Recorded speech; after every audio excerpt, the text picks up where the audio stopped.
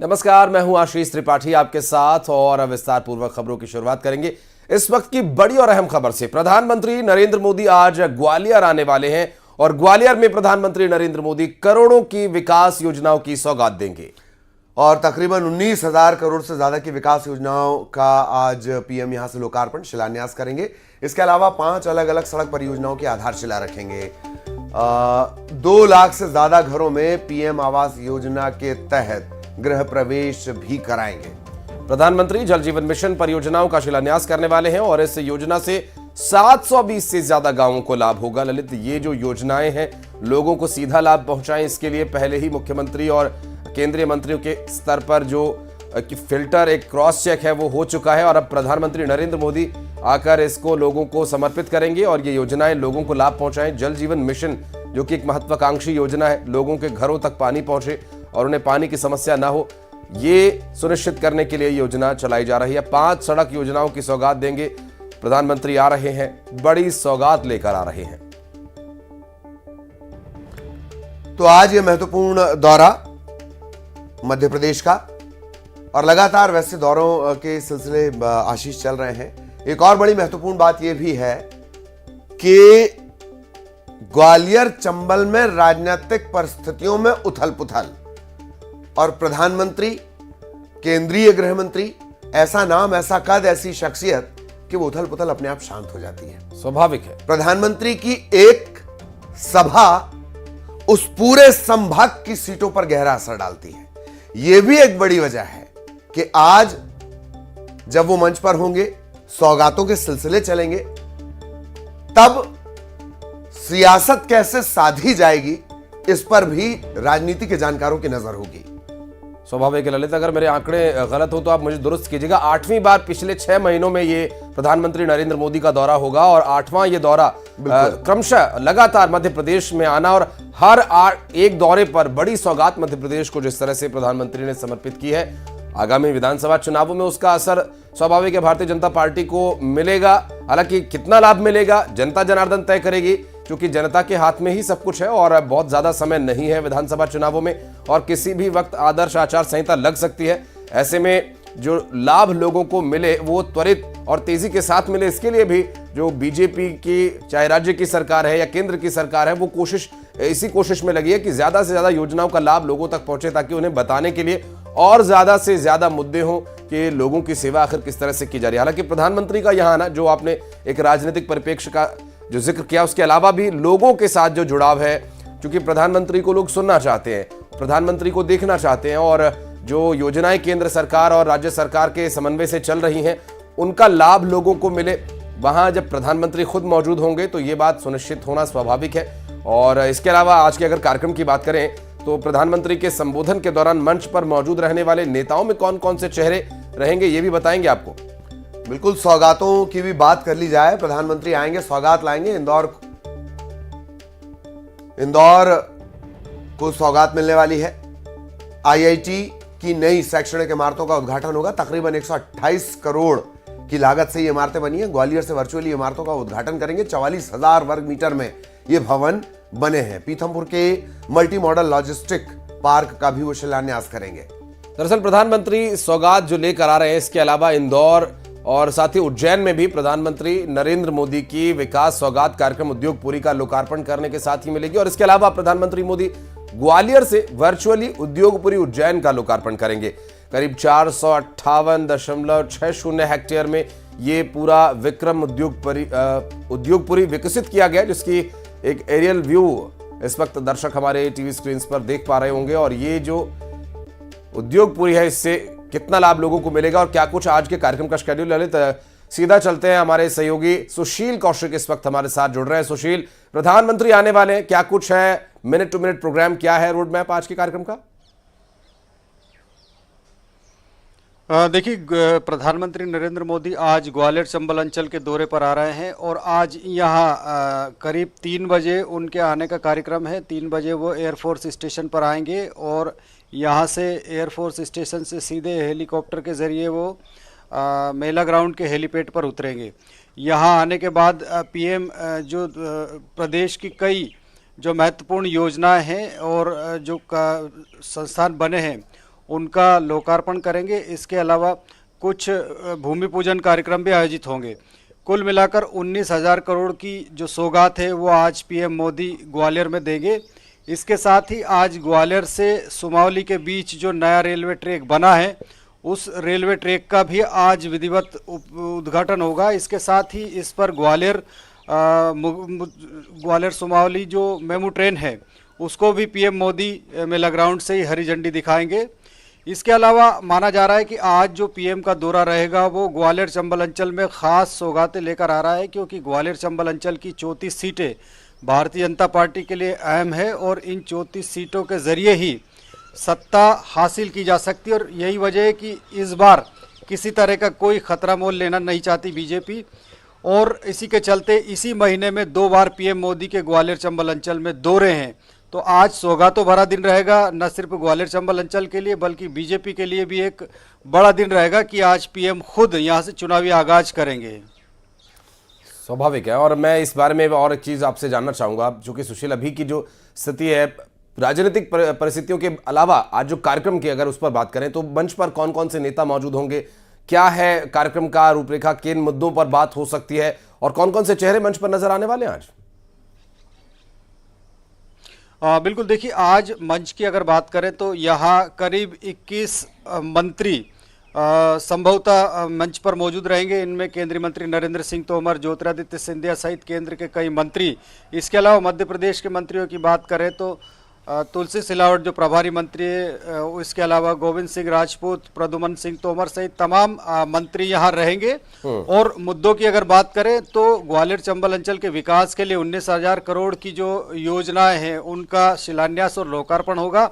इसके साथ ही यहाँ से भारतीय जनता पार्टी के चुनावी आगाज का अभियान भी शुरू जो है पीएम मोदी करेंगे, क्योंकि ग्वालियर चंबल अंचल की 34 सीटों के साथ ही मध्य प्रदेश की 230 विधानसभा सीटों पर आज की जो ये सभा है उसका कहीं ना कहीं मैसेज जाएगा। और लाडली बहना के आवास के लिए भी आज पीएम मोदी एक बड़ी घोषणा कर सकते हैं। इसके अलावा जो सस्ते सिलेंडर है उनको लेकर भी यहाँ मंच से पीएम मोदी निश्चित तौर पर बोलेंगे। इसके साथ ही मध्य प्रदेश में आने वाले दिनों में बीजेपी की किस तरह की विकास का रोड मैप रहेगा उसको लेकर भी पीएम बात करेंगे। तो कहीं ना कहीं आज एक बड़ा दौरा है, सौगातों भरा दिन रहेगा ग्वालियर चंबल अंचल के लिए।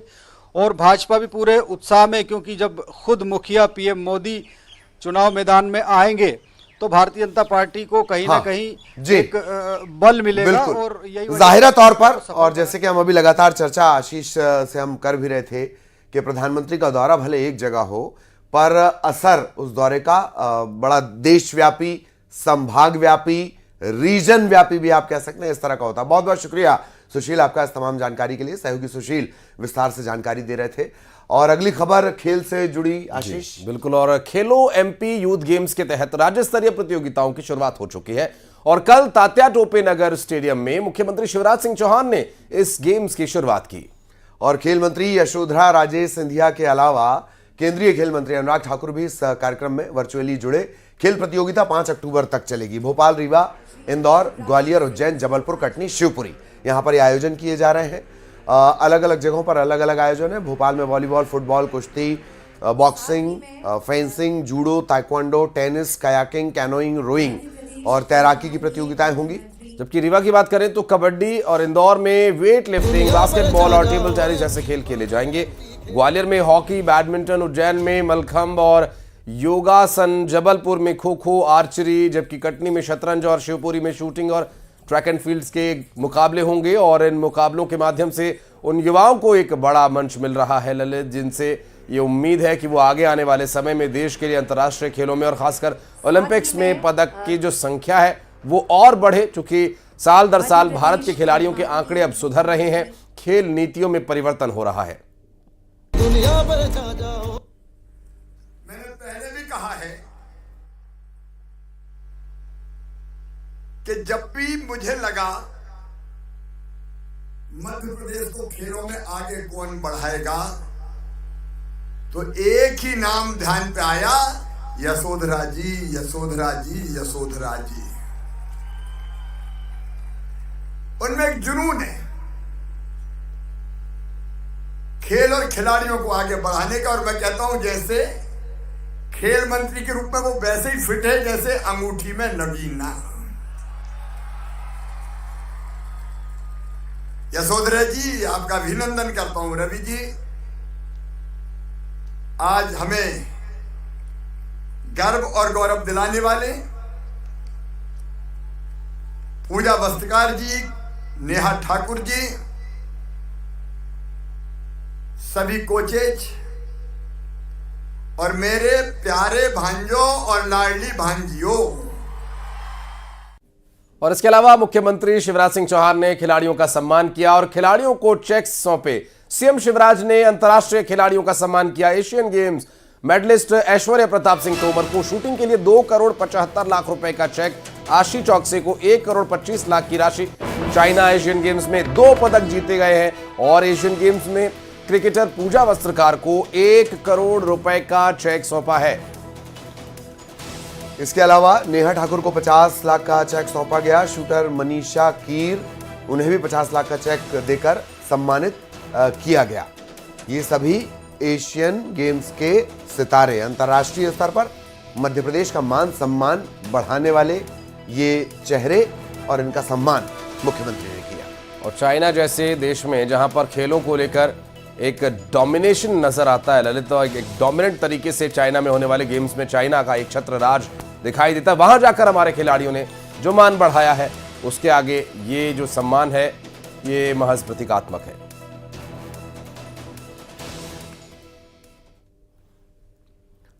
और अब इंदौर वासियों के लिए बड़ी खुशखबरी। खुला दूध 2 रुपए लीटर सस्ता, अब 56 रुपए प्रति लीटर दूध मिलेगा। इंदौर दूध विक्रेता संघ ने यह फैसला लिया है। हरे चारे की उपलब्धता और खली के भावों में कमी के चलते दूध का जो दाम है वो कम किया गया। फैट प्रणाली से दूध का जो क्रय विक्रय करने का फैसला है वो जारी रहेगा। दही, पनीर, मावा और मिठाइयां भी अब सस्ती होने की संभावना है, क्योंकि आगे धीरे धीरे त्योहारी सीजन शुरू होने वाला है। ऐसे में इंदौर वासियों के लिए कई मायनों में ये राहत की खबर होगी। न सिर्फ दूध बल्कि दुग्ध उत्पाद भी सस्ते होंगे। खुले दूध की जो कीमत है वो 2 रुपए लीटर सस्ता होने से एक बड़ा असर बाजार पर और खरीदारों पर देखने को मिलेगा।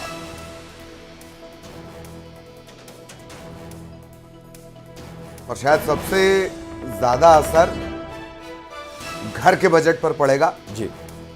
कहने को भले ही 2 रुपए ये सस्ता हुआ है, लेकिन पूरे महीने के बजट पर सबसे ज्यादा असर कोई चीज डालता है तो वो है दूध। और बढ़ते हैं आगे, अगली खबर श्योपुर से, जहां एक गंदा मजाक करने का विरोध करने पर पिता पुत्र की 3 लोगों ने लात घूंसों से जमकर पिटाई कर दी। ये तीनों करीब 15 मिनट तक पिता पुत्र को पटक पटक कर मारते रहे। इसका वीडियो भी सामने आया है। शिकायत मिलने के बाद कोतवाली थाना पुलिस ने तीनों के खिलाफ मामला दर्ज किया। पड़ताल शुरू कर दी गई है। मामला शहर के मुख्य बाजार में स्थित पोस्ट ऑफिस के पास का है, जहां का एक सीसीटीवी वीडियो भी आप देख पा रहे होंगे आपकी टीवी स्क्रीन पर। वहां मौजूद आरोप यह है कि वहां मौजूद कुछ लोगों ने पिता पुत्र से एक भद्दा मजाक किया और इस बात का जब उन्होंने विरोध किया तो उनके साथ मारपीट करने लगे, दबंगई दिखाने लगे। और श्योपुर के एक पोस्ट ऑफिस के पास की तस्वीर, जहां करीब 15 मिनट तक ये हाथापाई चलती रही। पिता पुत्र को आरोपी मारते रहे। दरअसल कहा जा रहा है कि वहां भद्दा मजाक उनके साथ किया जा रहा था। विरोध करने पर यह मारपीट शुरू की गई।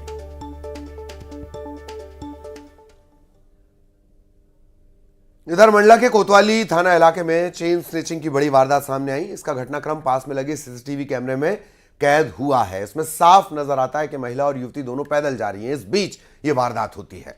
दरअसल बाइक से 2 लोग पीछे से आते हैं और महिला के पीछे युवती के पास आगे की ओर आते हैं और उसके गले से मंगलसूत्र छीन करके बहुत तेजी से वहां से फरार हो जाते हैं। देखिए तस्वीरों में लाल घेरे में आप जो देख रहे हैं, ये वही आरोपी बाइक सवार बताए जा रहे हैं। जिसके बाद युवती तेजी से उन बदमाशों के पीछे दौड़ती है, लेकिन अब बाइक के पीछे वो कितना ही दौड़ेगी, लेकिन अब बाइक सवार वहां से फरार हो जाते हैं। मौके पर पहुंची कोतवाली पुलिस सीसीटीवी के आधार पर पूरे मामले की जांच पड़ताल कर रही है और दावा यह किया जा रहा है कि बहुत जल्द इन आरोपियों को पकड़ भी लिया जाएगा। लेकिन स्नेचिंग की एक और वारदात यहां की कानून व्यवस्था और बदमाशों के बेखौफ बुलंद हौसलों को बयां कर रही है।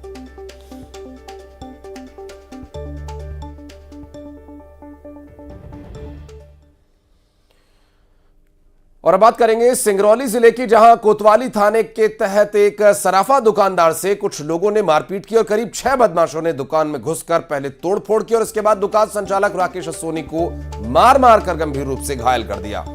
फिलहाल इन्हें उपचार के लिए जिला अस्पताल में भर्ती करवाया गया है। डॉक्टर लगातार इनका उपचार कर रहे हैं। ये पूरी घटना सीसीटीवी में कैद हो गई है। कोतवाली पुलिस हमलावरों की तलाश कर रही है। मारपीट की वजह सराफा दुकान के सामने ऑटो खड़ा करने को लेकर है। संचालक ने मना किया, ऑटो चालक ने साथियों के साथ मिलकर मारपीट कर दी। और इसका भी एक वीडियो सामने आया, जो कि ये देखिए दुकान में लगे हुए सीसीटीवी कैमरे में रिकॉर्ड हुआ है। और इस तरह जो मारपीट है वो साक्ष्य के साथ अब पुलिस के सामने है। कार्रवाई किस तरह से की जाएगी, इस पर भी डिटेल्स आगे आप तक पहुंचाते रहेंगे। मेरा बस स्टैंड में दुकान है।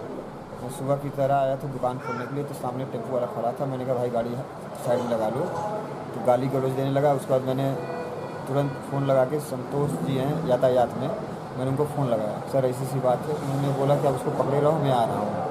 और मैंने कहा उसको पकड़ के मैंने कहा चलो दुकान पर बैठो आप। उसके बाद जब मैं उसको दुकान में ले आया, दुकान खोलने लगा, उसने फ़ोन करके 5-6 लोगों को बुलाया और एक आवेश हमारे ऊपर। राकेश सोनी जी ने आज थाने पे कंप्लेंट की थी कि एक सूरज साकिब नाम के व्यक्ति ने उनको मारपीट की है और दुकान में घुस के उनकी मारपीट की है। और उन्होंने कुछ वीडियो भी दिखाए हैं। इस आधार पर हमने जो आरोपी है सूरज सोनी, इसको पकड़ लिया है, गिरफ्तार कर लिया है। इसके 2 साथियों को चिन्हित कर लिया, उनको भी गिरफ्तारी का प्रयास कर रहा हूँ। और अब मुरैना से मिल रही है बड़ी खबर। फैक्ट्री में आग लगी। टायर से ऑयल निकालने वाली फैक्ट्री में भीषण आग लगी। देखते ही देखते फैलती चली गई। नूराबाद थाना क्षेत्र के विनायक बायो इंडस्ट्रीज फैक्ट्री में आग लगने का मामला। पुलिस और प्रशासन की टीम मौके पर मौजूद। मौके पर दमकल की गाड़ियों ने जाकर आग पर काबू पाने का प्रयास शुरू किया। और ये देखिए काला स्याह धुआं वहां से निकलता हुआ दिखाई दिया। और ये टायर ऑयल निकालने की फैक्ट्री है, जो कि रबर के साथ मिक्स करके नए टायरों की मैन्युफैक्चरिंग के इस्तेमाल में काम लाया जाता है। और पुलिस और प्रशासन की टीम भी मौके पर पहुंची हुई है ताकि लोगों को व्यवस्थित किया जा सके। हालांकि टायर और रबर ऑयल जो ऐसी पदार्थ हैं जिससे कि आग अगर एक बार इनमें लग जाए तो इन्हें बुझाने में काफ़ी मशक्कत करनी पड़ती है। और यहाँ लगने वाली आग में कुछ दिखाई भी नहीं देता है। आप अंदाज़ा लगा सकते हैं जो धुआं है, कितना काला धुआं है, इससे वहाँ पर कितनी मशक्कत दमकल विभाग के कर्मचारियों को करनी पड़ी होगी। हालांकि अब तक जो है राहत की खबर वो ये कि कोई जनहानि की जानकारी इसमें नहीं मिली है।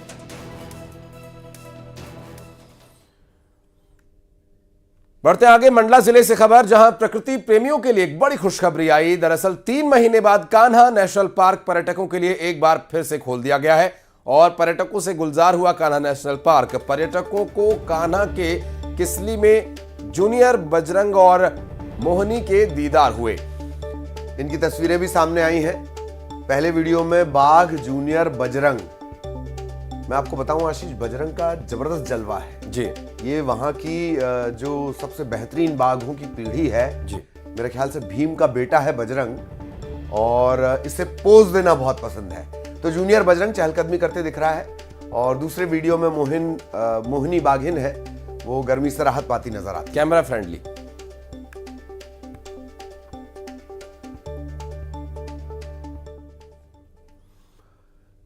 इधर नर्मदापुरम के सतपुड़ा टाइगर रिजर्व में भी 3 महीने बाद सैलानियों की चहलकदमी शुरू हो गई है। टाइगर सफारी शुरू होते ही सैलानियों का रोमांच उस वक्त बढ़ गया जब उन्हें 2 जगहों पर टाइगर दिखा।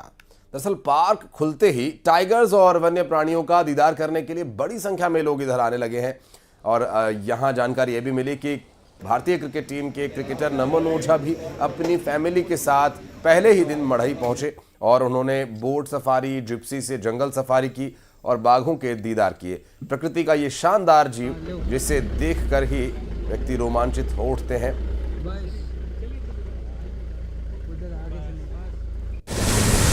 और वैसे भी बाघ मध्य प्रदेश की उपलब्धियां हैं। सबसे ज़्यादा बाघ का जो टाइगर स्टेट का जो तमगा है वो भी मध्य प्रदेश के पास ही है।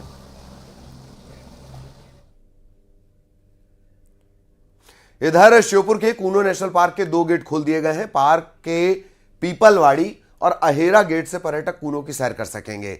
हालांकि टिकटोली का जो मेन गेट है वो अभी बंद रहेगा। तो वहीं पर्यटक चीतों के दीदार अब यहां नहीं कर सकेंगे क्योंकि उन्हें अभी बड़े बाड़े में बंद रखा गया है। हालांकि तेंदुआ, भालू, लकड़बग्घा, हिरण, चीतल से लेकर अन्य जो वन्य जीव हैं यहां पर आप देख सकते हैं।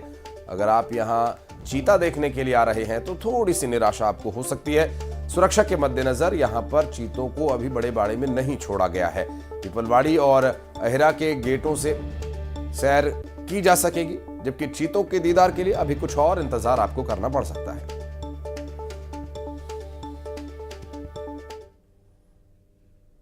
और बढ़ते आगे और अब एक ईमानदारी की खबर आपको बताते हैं। इंदौर के जीआरपी पुलिस की ईमानदारी की मिसाल देखिए। आगामी मध्य प्रदेश चुनाव और त्योहारों के धार्मिक आयोजनों के चलते रेलवे स्टेशन पर